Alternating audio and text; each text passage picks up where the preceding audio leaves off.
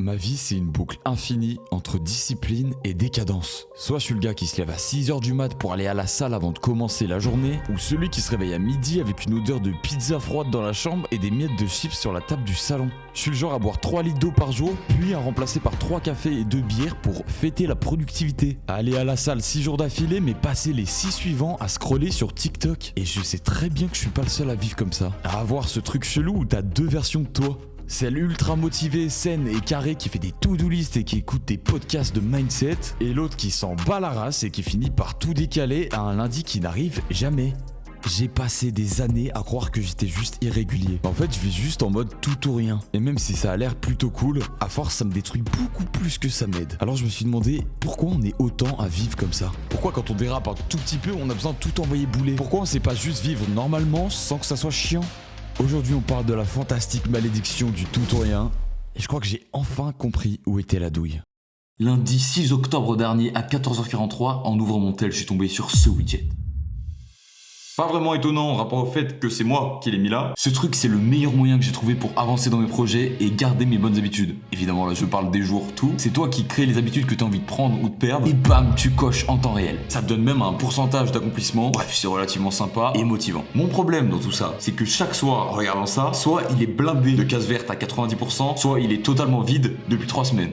Il n'y a jamais d'entre-deux. Et en fait, ce widget, c'est le résumé de ma vie avec des logos tout kiki. C'est là que j'ai pigé que je fonctionne exactement comme ça. Biologiquement, je suis incapable de faire les choses bien. Soit c'est parfait, soit c'est foutu. Est-ce que tu vois ce sentiment quand tu veux commencer à faire quelque chose et qu'à aucun moment tu vas te dire que tu vas commencer petit à petit? Parce que ce qu'on veut, c'est que ça bouge, putain. Pitié, on veut du résultat vite. Ça sert à quoi de se fixer de reprendre le sport si c'est pour même pas avoir des résultats visibles en 2 mois? Ça sert à quoi de publier une seule vidéo par mois si tu veux créer une vraie communauté sur les réseaux? Tu vois ce que je veux dire? Et quand bien même où t'as des périodes de tout, où tu gères le sport à fond par exemple en y allant à balle toutes les semaines, est-ce que sans mentir tu peux affirmer que tu fais aucun effort mental pour continuer à y aller une fois que la motivation de base est passée?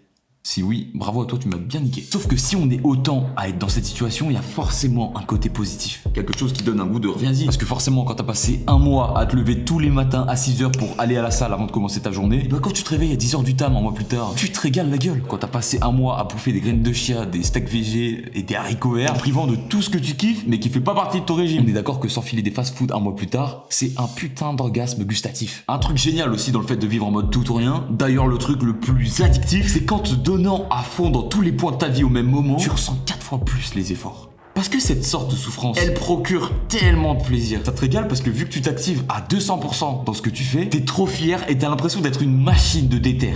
Et à l'inverse, quand on branle pas une ou que tu reprends une mauvaise habitude à fond, bah tu la reprends à fond parce que t'es en relâche total. En fait, on se sent vivre tout simplement parce que les ressentis sont beaucoup plus forts que quand t'es dans le juste milieu. Mais le truc vicieux avec le fait de jongler entre des périodes Winter Arc et gros branlos, c'est que ça peut donner l'impression d'être en équilibre. Bah ouais, en soi, si tu fais autant l'un que l'autre, t'as pas l'impression d'avoir un problème de balance. Par exemple, dans des périodes où je bossais 50 heures par semaine, je me suis tellement consolé en me disant que plus tard, j'allais passer une période à rien foutre. Sauf que le fait de jongler entre des périodes de contrôle total et de lâcher prise complet, comment tu veux réellement avancer dans ce que tu veux? Mon copain, tu tailles pas un corps de rêve en allant 1 mois sur 2 à la salle. C'est le gars culotté. Non mais c'est juste une note à moi-même, parce que en soi la réflexion que je vous partage, c'est ma réflexion de cette semaine. Et il faut passer par là si on veut bouger, sortir d'une routine éclatée, toute plate là. Anyway, c'est comme si, en ayant des journées de fou, genre se lever tôt, aller à la salle, bien manger, bosser sur un projet, tenter quelque chose de nouveau, tout ça sans laisser place à la distraction, ça nous autorisait du coup à se taper des journées détente, tout l'inverse, avec un bon gros cocktail à base de Netflix, TikTok et BK. Mais du coup, tu fais 0 pas vers une vie qui pourrait te procurer du vrai kiff dans le temps. Le piège,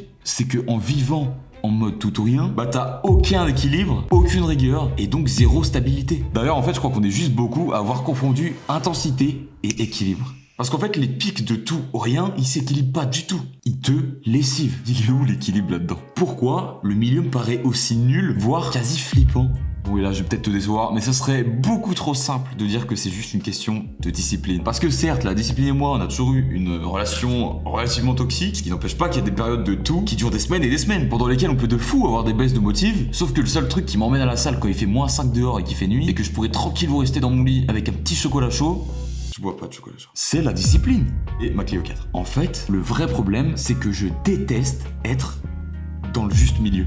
Mais genre plutôt le moyen et le correct. Parce que dans le moyen, bah je ressens pas grand chose quoi. Quand je suis à fond, que j'ai mal, que j'ai faim, que je suis fatigué, bah au moins je sens que j'existe, je me sens vivre genre. Quand je fume beaucoup, que je sors faire la fête, en dehors de ça je fous rien, bah du coup je me dégoûte. Mais pareil, je me sens vivant. Mais quand je suis entre les deux et que je fais juste bien, bah je me sens plat quoi. Ni heureux ni malheureux, mais genre juste là. Et c'est ça que je trouve éclaté. En fait, depuis des années, je poursuis ni le bonheur ni la réussite, je poursuis juste les pics et les émotions fortes. La sensation d'être quelqu'un parce que je bouge, je force et je galère. C'est pour ça que je fais tout à fond tout le temps. Parce que dans ma tête, si c'est pas extrême, c'est inutile. Si c'est pas parfait, c'est raté. Et si c'est raté, bah autant vraiment tout gâcher. En fait, c'est comme si j'avais appris à mesurer ma valeur en fonction de l'intensité et de la douleur. Si je me dépasse, je vaux quelque chose. Si je me repose, je perds totalement ma valeur. Mais au moins, je sais que je vaux rien du tout. Du coup, l'état dans lequel je me sens le plus vide, c'est le juste milieu. Et je sais pas si c'est à cause des réseaux ou juste de notre époque, mais on est bombardé H24 de gens qui sont tout.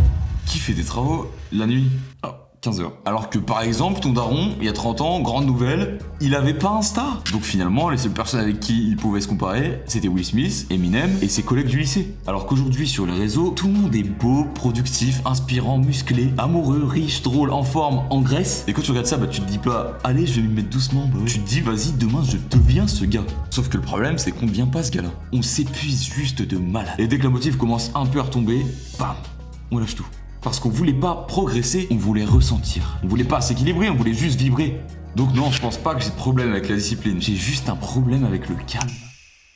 Je le vois un peu comme le vide. Du coup, dès que je vis une période qui est simple, je panique de fou. Parce que j'ai besoin que ça bouge, quoi, que ça brûle, que ça explose. Et même si ça me crame, bah au moins je me sens vivre, quoi. Et c'est ça le pire dans la malédiction du tout ou rien. Tu crois que tu vas te sentir mieux, mais en fait, tu te sens juste tout court. Hein. Parce que tu veux sentir la douleur, la joie, la fatigue, peu importe, juste quelque chose. Parce que dans le calme, t'as pas l'impression de vivre. C'est que j'ai peur du milieu parce que à moitié, à long terme, je me fais pas confiance. Parce que j'ai l'habitude que quand je fais juste un peu, c'est là que tout s'écroule. Du coup, je préfère aller à fond et exploser, mais alors exploser bien fort. Hein. Et je réalise qu'en fait, le problème, c'est pas le rien, c'est pas non plus le tout. Le vrai problème, c'est que j'ai jamais appris à vivre entre les deux. Sans que ce soit fade, tiède et juste chiant. En ayant vécu comme ça toute ta vie, comment tu veux trouver un juste milieu dans ta vie d'adulte? C'est une pure dinguerie d'apprendre ça à mon âge. Oh, j'espère vraiment que vous reconnaissez dans ce que je dis et que je suis pas le seul à avoir ce pète au casque. Après avoir capté tout ça, évidemment, je me suis dit, frérot, faut que tu deviennes un mec équilibré. J'avais l'impression d'avoir trouvé la mission finale de ma vie, la sérénité. Genre, fini les excès, les pics et les rechutes. Place au mec posé, stable, qui boit du thé vert en lisant des bouquins sur la pleine conscience. J'ai ouvert mon tel et j'ai fait tout ce que mec sain ferait. J'ai créé une note transition vie équilibrée. Avec des points, des emojis, des objectifs. Bref, un plan d'action pour apprendre à moins planifier ma vie. J'étais tellement sérieux, j'étais à deux doigts de faire une slide PowerPoint pour expliquer ma méthode sur comment trouver le juste milieu en 3 jours. Sauf qu'en vrai, j'étais exactement en train de refaire la même erreur. J'essayais d'être équilibré à fond. Genre, j'étais pas dans le juste milieu, j'étais en compétition avec le concept même du juste milieu. Je voulais contrôler le lâcher prise. Est-ce que vous vous rendez compte? Du coup, j'ai très vite capté que j'étais pas du tout en train de devenir équilibré et que j'étais juste en train de lancer une nouvelle saison de ma série Obsession avec un truc random. Saison 1, le sport. Saison 2, la productivité. Et allez, la saison 3, ça sera l'équilibre. Sauf que spoiler, ça finit toujours pareil. Parce qu'en fait, j'avais l'habitude de voir mes progrès. Du coup, là, j'avais besoin de métriques pour comparer l'évolution. En mode, est-ce que je suis plus équilibré qu'hier? Comme si j'attendais un graphique pour me prouver que mon âme avait perdu 4 points en tout ou rien. Donc au fond, j'étais encore accro à la même chose qu'avant. À l'intensité, à cette sensation de vivre tout fort, même la paix. Parce que je sais pas faire les choses sans chercher à me prouver un truc. Et peut-être qu'en fait, on flippe juste de vivre normalement. Dans le juste milieu. Parce que vivre normalement, c'est être quelqu'un d'ordinaire. Et vu qu'on a toujours appris à admirer les succès et mépriser les échecs, bienvenue en France, comment tu veux avoir envie d'être quelqu'un d'ordinaire si tu peux être quelqu'un de spécial? Donc quelqu'un qui fait tout à fond. Je dis pas qu'on est tous accros à la réussite, moi le premier. Et peut-être que c'est juste devenu beaucoup plus facile d'être accro à l'intensité. Comme si on confondait le calme avec le vide. Sauf que ce qu'on zappe, c'est que plus, ça veut pas dire mieux. Du coup, depuis, j'essaie juste d'apprendre à vivre sans me cramer et à accepter les moments calmes sans forcément les remplir. Genre juste vraiment à essayer de mettre en place un équilibre. Tout simplement. Du coup, j'ai arrêté un truc, j'arrête l'interrupteur avec 2 options et je passe à la molette. C'est le truc qu'il y a dans les vieilles baraques. Plutôt que de fixer 6 séances de sport toutes les semaines à la salle, je vais faire 3 et puis ça aura du sens pour moi d'y aller plus, j'irai plus. Plutôt que quand j'arrête de fumer et que je fume une cigarette, je reprenne tout un paquet en me disant de toute façon je vais recommencer. Et bah non, go faire un reset le lendemain. Quand le midi je vais faire McDo avec mes potes et du coup le soir je vais me dire que c'est ok pour faire le carnage à base de steak frites mayo, bah non, le soir je ferai légumes. Comme ça fait 50-50. C'est beaucoup moins spectaculaire mais au moins on reste en vie entre les pics. C'est juste adapter une nouvelle façon de voir les choses en supprimant petit à petit l'ancienne. C'est comme quand tu veux redécorer ton appart appart. T'ajoutes pas tes nouveaux meubles en plus des anciens. Les anciens, ils partent sur le bon coin. Alors même si ça va pas changer du jour au lendemain, en fait, faut juste commencer dès maintenant à choper tes anciens réflexes petit à petit et à les foutre sur le bon coin. Et là, je sais très bien que ce que je vais dire, c'est frustrant. Et croyez-moi, je suis d'accord. Mais c'est tellement réel que je peux pas faire cette vidéo sans parler de ça. Les petits pas tous les jours sont bien plus forts, durables et puissants que les gros changements qu'on fait d'un coup. Parce que eux, au moins, ils durent. Avant, je vivais en sprint ou en sieste. Maintenant, faut juste que je fasse comme les bébés et que j'apprenne à marcher. Parce qu'on est d'accord, les petits pas, c'est pas les plus sexy. Mais eux, ils restent, ils s'accumulent et ils construisent vraiment quand personne regarde. Pendant que les gros changements, ils font du bruit, mais ils s'éteignent. Parce que finalement, l'équilibre, c'est pas un objectif, c'est une danse.